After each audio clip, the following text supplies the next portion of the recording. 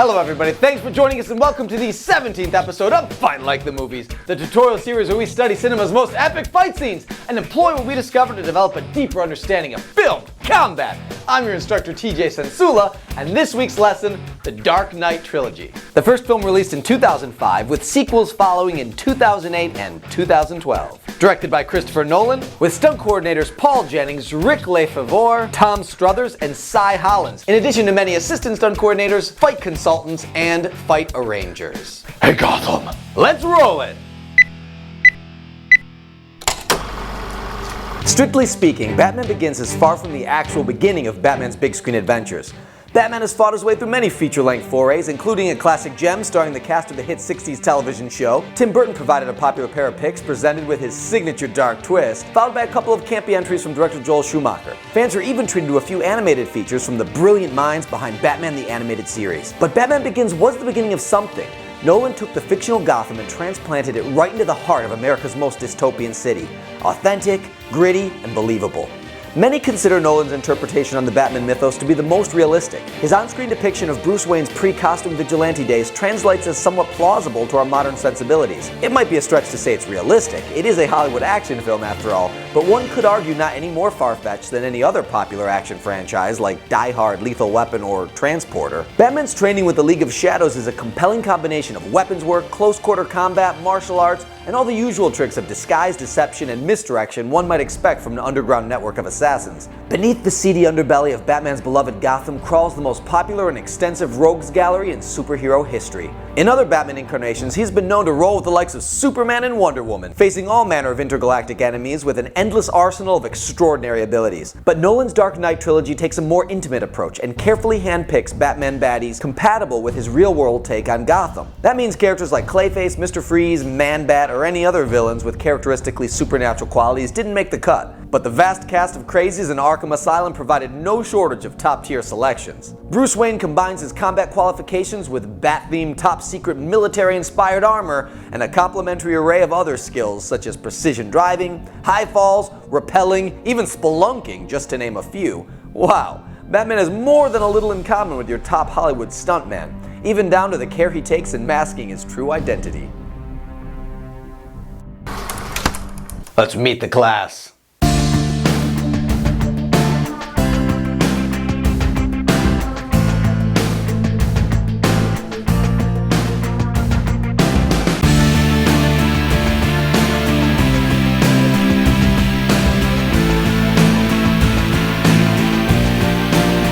Fire up the Batmobile, cause here's where the rubber meets the road. It's time for action! So how do we encapsulate the way that Batman fights in one consecutive bit of action?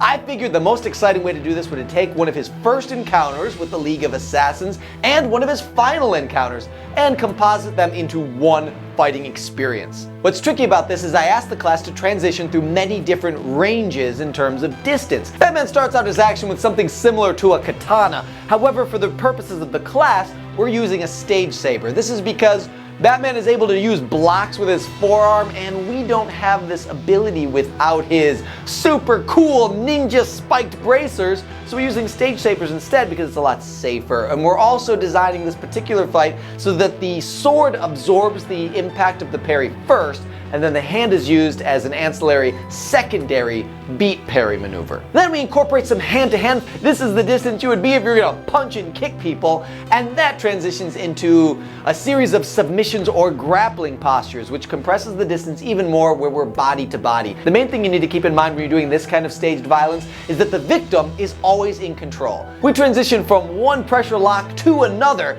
but it's really all just a trick. The way to safely do this is to not apply any real joint pressure to your partner. You engage your legs, you go through the motions with your upper body, but really all of the action of playing the pain and of torquing the body, that is the victim who is coordinating it. Nobody knows the range of your motion better than you.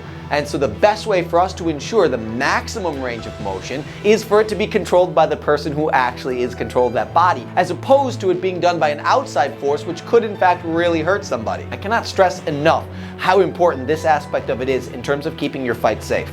The other thing we address is the importance of reactions in communicating to the audience what's happening during a hit.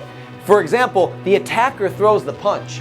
If that connects with the character, my action doesn't change as if they dodge it. The only way as an audience we know if that punch connects is determined by the reaction of the person who's getting hit. Either they're dodging it, whoa, or they're getting hit by it, psh. But the onus is on the person, on the victim, on the recipient of the blow to communicate to the audience exactly what's going down. Action is important, but not quite as important as reaction.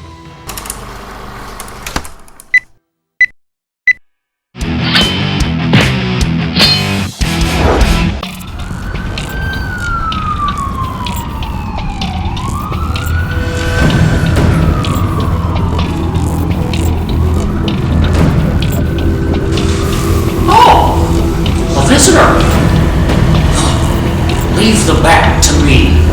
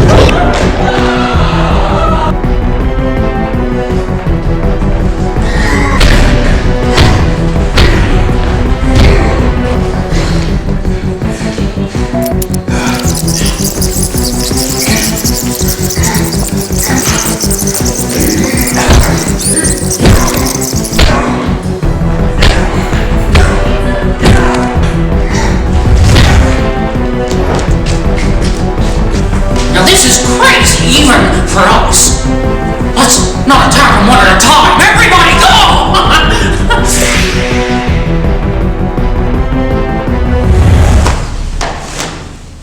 That's right. I'm here to save the day. Want some of this? I'm Batman's sidekick, and I've been training pretty hard. So you rogues better watch out. Wanna see some of my new moves? I got, how about like this? I call this the double decker punch. I've also got a few kicks, like ja!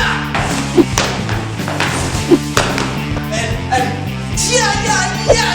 Ha! And ja! Ha! What do you say, Batman? Let me handle these punks alone? No. Oh, come on! How am I ever supposed to become a superhero in my own right if you never take on the training wheels? Good luck. Alright! Come on! Who wants a piece of this? What's spinning headbutt attack? That's right. Plenty more moves where that came from. Oh yeah? You want something? How about this? A little of this. How about the spinning helicopter attack? How about this one? Who's first? Who's first? I'm ready.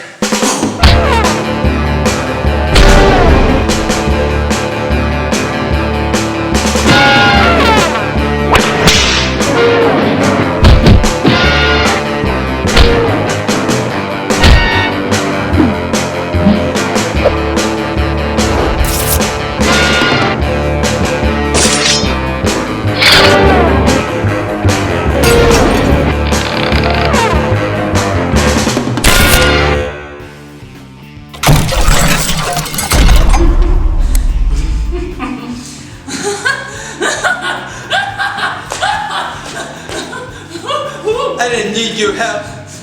I had him right where I wanted him. Another minute or two, I would have taken them all down.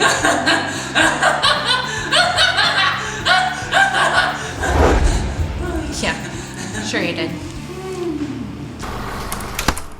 Can't close out without issuing a super special thanks to my entire Rogues gallery. So thank you Taylor Jeffers, Paul Galliano, Mark Mazur, Diana Restrepo, Josh Burke, Brad Hills, Jennifer Karras, Adam Kahn, Tina Fells, Brandon Pugmire, Dustin Zanni, Courtney Lucas, and of course, the abundantly qualified Ethan McDowell as the Batman himself. And that's a wrap.